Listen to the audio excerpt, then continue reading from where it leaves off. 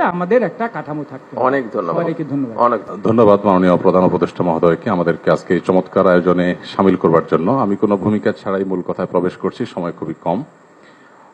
আমাদের এই ছোট্ট এবং ক্ষুদ্র বাংলাদেশে ছোট বড় অনেক সমস্যাই আমাদের আছে। আমাদের এখানে গ্রাম থেকে শহরে ভাই ভাই যে কলহ হয়, কোন্দল হয়, সেটা পৃথিবীর অনেক দেশে কিন্তু হয় না। এই বাস্তবতাকে আমরা মনে হয় কেউই অস্বীকার করতে পারবো না। আমাদের এখানে যে রাজনৈতিক কোন্দল হয়ে আসছে 50 বছর ধরে, পৃথিবীর অনেক দেশেই কিন্তু সেটি হয় না।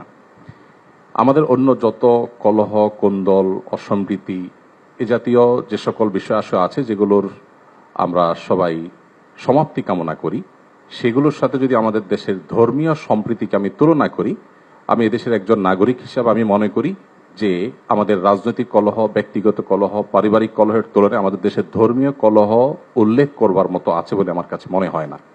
অবশ্য এটি আমার মনে হওয়া না হওয়াতে কিছু আসে যায় না। এটি আমাদের সম্মানিত অন্য ধর্মাবলম্বী যে সমস্ত আমাদের বন্ধুরা আছেন, ভাইরা আছেন, শ্রদ্ধেয় ব্যক্তিবর্গ আছেন, এটি তাদের আমার মনে হয় বলতে হবে। আমি শুধু এটুকু বলবো যে 5ই আগস্ট আমার ফেসবুক পেজে কয়েক মিলিয়ন ফলোয়ার্সকে লক্ষ্য করে আমি একাধিকবার লাইভে এসেছি, যেটা আমার দীর্ঘ 10-12 বছরের সোশ্যাল মিডিয়ার ইতিহাসে কখন আসেনি। প্রত্যেকটি লাইভে আমি চেষ্টা করেছি এদেশের সর্বশ্রেণীর সাধারণ মুসলমান সহ অন্যান্য ধর্মাবলম্বীদেরকে শান্ত রাখবার আহ্বান করার জন্য। চট্টগ্রামে যখন আইনজীবী আলিফ হত্যাকাণ্ড ঘটল, সাথে সাথে আমি আমার দায়িত্ব থেকে নিজে এবং অন্যান্য আলেমুল আমাদের সাথে কথা বলেছি। আমি যতটুকু জানি এখানে অনেক সিনিয়র ব্যক্তিবর্গ আছেন, ওলামা ইকরাম আছেন।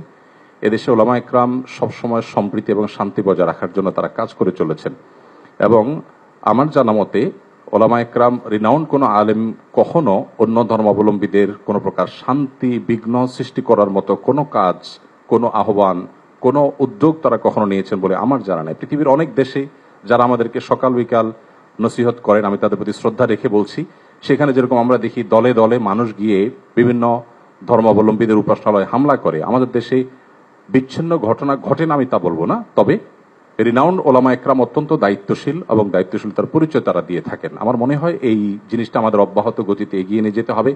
আমি আমাদের অন্য ধর্মাবলম্বী যে বন্ধুরা আছেন, ভাইরা আছেন, তাদেরকে বলবো প্রপাগান্ডায় আমরা যেন কোনোভাবে কান না দেই।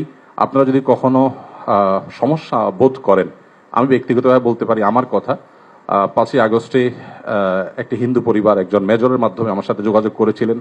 আমি আমার সাধ্য অনুযায়ী তাদের নিরাপত্তার জন্য আমাদের যে সমস্ত ভাই বন্ধু আছে তাদের দিয়ে খুলনার একটি জায়গায় আমি ব্যবস্থা করেছি। আমার মনে হয় বাংলাদেশের যত বড় মাদ্রাসা আছে এখানে সব নেতৃত্বশীল ওলামা ইকরাম আছেন। আপনারা যদি কখনো কোনো মাদ্রাসায় গিয়ে বলেন যে আমাদের নিরাপত্তা বোধহয় আমরা ভয়ের মধ্যে আছি, নিরাপত্তাজনিত শঙ্কায় আছি, আমার মনে হয় আমাদের আইনশৃঙ্খলা রক্ষাকারী বাহিনী যেরকম আপনাদের পাশে দাঁড়াবে, ওলামা ইকরাম তাতে ন্যূনতম কার্পণ্য করবে না। যেভাবে পুজোর সময় মাদ্রাসার ছেলেরা মন্দিরগুলোকে পাহারা দিয়েছে, আমার মনে হয় পৃথিবীতে এটা বিরল একটা দৃষ্টান্ত, এবং এটি কিন্তু আমাদেরকে আশা জাগায়। আমি আশা করব যে আমরা কোনো প্রপাগান্ডায় পা দেব না, এবং আমরা মিলেমিশে আমাদের প্রিয় স্বদেশকে গড়ে তুলব। আমরা যে যে ধর্মে বিশ্বাসী হই না কেন, প্রিয় স্বদেশটা আমাদের সকলের। আমাদের স্বদেশে কোনো কালিমা লাগুক আমরা চাই না। আমরা সকলের সম্মিলিতভাবে ঐক্যবদ্ধ থাকতে চাই, ঐক্যবদ্ধ রাখতে চাই। আমরা যদি সবাই ঐক্যবদ্ধ থাকি তাহলে আমাদের দেশটি ভালো থাকবে, আমরা ভালো থাকবো। আমি আশা করছি আমাদের ঐক্যে কেউ চির ধরাতে পারবে না, এবং এক্ষেত্রে আমাদের সীসাডালা প্রাচীরের মতো চলতে হবে।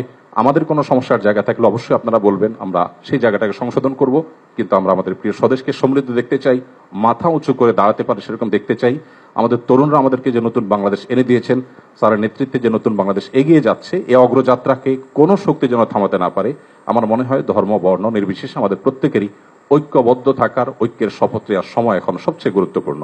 সে বিষয়টি আমি সবার নজরে এনে আমি আবার বক্তব্য শেষ করছি। ধন্যবাদ সবাইকে।